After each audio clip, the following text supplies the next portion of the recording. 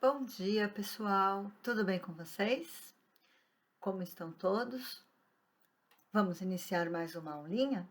Mas antes, vamos fazer nossas orações, pedindo ao nosso Mestre amado Jesus que nos acompanhe, que nos guie todos os nossos dias, todos os nossos trabalhos, nos guiando e orientando. Que assim seja, graças a Deus, graças a Jesus.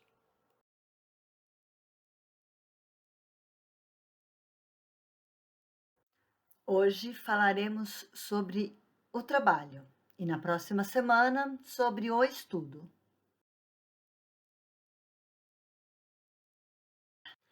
A palavra trabalho vem do latim tripalho, que significa três, e palo, madeira, traduzida como três paus, que era um instrumento de tortura utilizado no Império Romano. Podemos dizer que o trabalho é visto como um fardo a ser carregado pelos menos privilegiados e agraciados de Deus, como um tipo de punição, de castigo. A maioria das sociedades foi estruturada sobre o conceito que os mais fortes, militarmente, financeiramente ou intelectualmente, direcionam as regras e criam diretrizes às quais os mais fracos ficam submetidos. Concluímos que, ao longo dos tempos, trabalhar significa perda da liberdade. Conforme publiquei em minhas obras O Banquete e a República, a palavra poesis possui o significado de criação, de ação. Podemos dizer que o trabalhador é um construtor, um produtor, que a cada momento desempenha no trabalho sua potencialidade de construção, de seus valores intelectuais e morais. Nesse entendimento, o trabalho não está associado aos valores financeiros, cargos hierárquicos, tempo ou espaço, mas apenas à vontade de criar e recriar. Jesus foi o próprio exemplo vivo e prático da lei do trabalho, pois viveu para servir ao próximo. A doutrina espírita nos demonstra que trabalhar não é uma exclusividade do nosso plano terrestre e que em planos superiores a espiritualidade trabalha incessantemente para a harmonia do universo.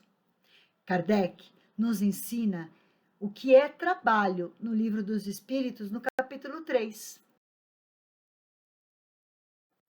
Kardec pergunta aos espíritos: a necessidade do trabalho é lei da natureza?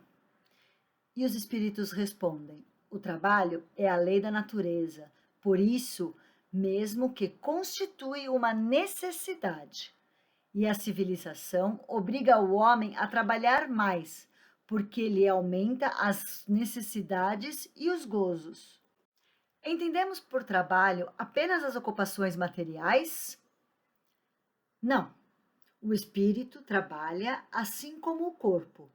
Toda ocupação útil é trabalho.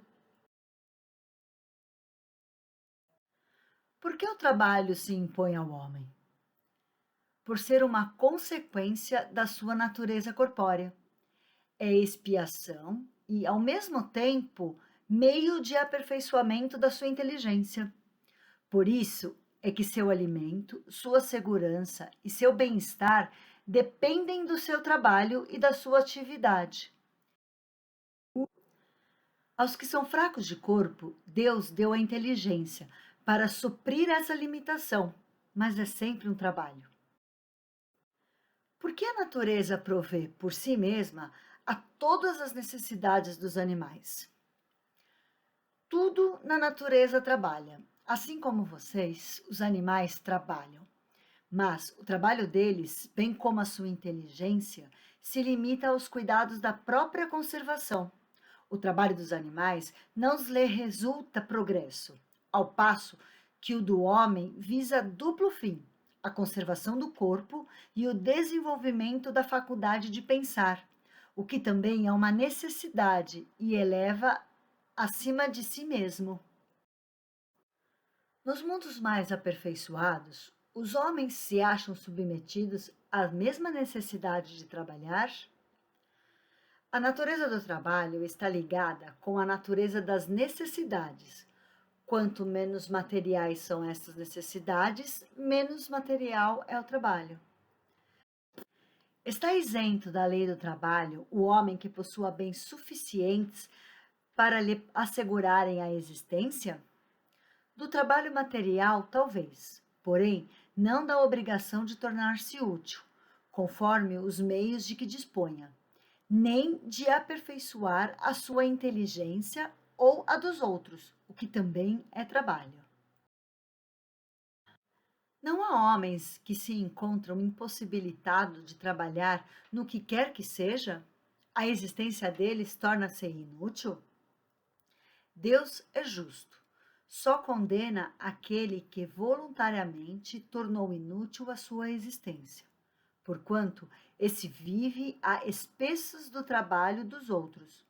Ele quer que cada um seja útil, de acordo com as suas faculdades. A lei da natureza impõe aos filhos a obrigação de trabalharem para os pais? Certamente. Do mesmo modo que os pais têm que trabalhar para seus filhos. Foi por isso que Deus fez do amor filial e do amor paterno um sentimento natural. O repouso é também uma lei da natureza? Sem dúvida. O repouso serve para a reparação das forças do corpo e também é necessário para dar um pouco mais de liberdade à inteligência, a fim de que se eleve acima da matéria. Qual o limite do trabalho? O das forças. Quanto ao resto, Deus deixa livre o homem. Que se deve pensar de quem abusa da sua autoridade, impondo a seus inferiores trabalho excessivo? Isso é uma das piores ações. Todo aquele que tem o poder de mandar é responsável pelo excesso de trabalho que imponha a seus inferiores, porquanto, assim fazendo, transgride a lei de Deus. O homem tem direito de repousar na velhice? Sim, ninguém é obrigado a trabalhar além de suas forças. Mas o que deve fazer o velho que precisa trabalhar para viver e não pode? O forte deve trabalhar para o fraco. Não tendo este família, a sociedade deve assumir este papel. É a lei da caridade. Joana de Ângeles, em seu livro Leis Morais da Vida, complementa nossos ensinamentos sobre a bênção do trabalho. Sobre o pretexto algum te permitas a hora vazia. O trabalho é, ao lado da oração, o mais eficiente antídoto contra o mal, porquanto conquista valores incalculáveis com que o espírito corrige as imperfeições e disciplina a vontade. O trabalho se alicerça nas leis do amor que regem o universo. Todos trabalham, o verme no solo, o homem na terra, o pai nas galáxias. A vida é um hino para a dinâmica do trabalho. Não há natureza no ócio.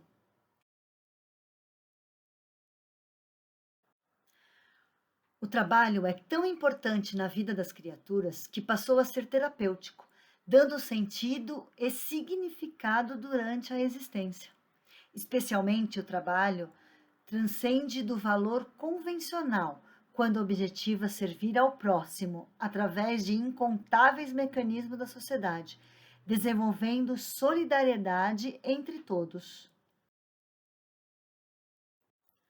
Por hoje é só. Espero que tenham gostado. Ótima semana para todos. Um beijo!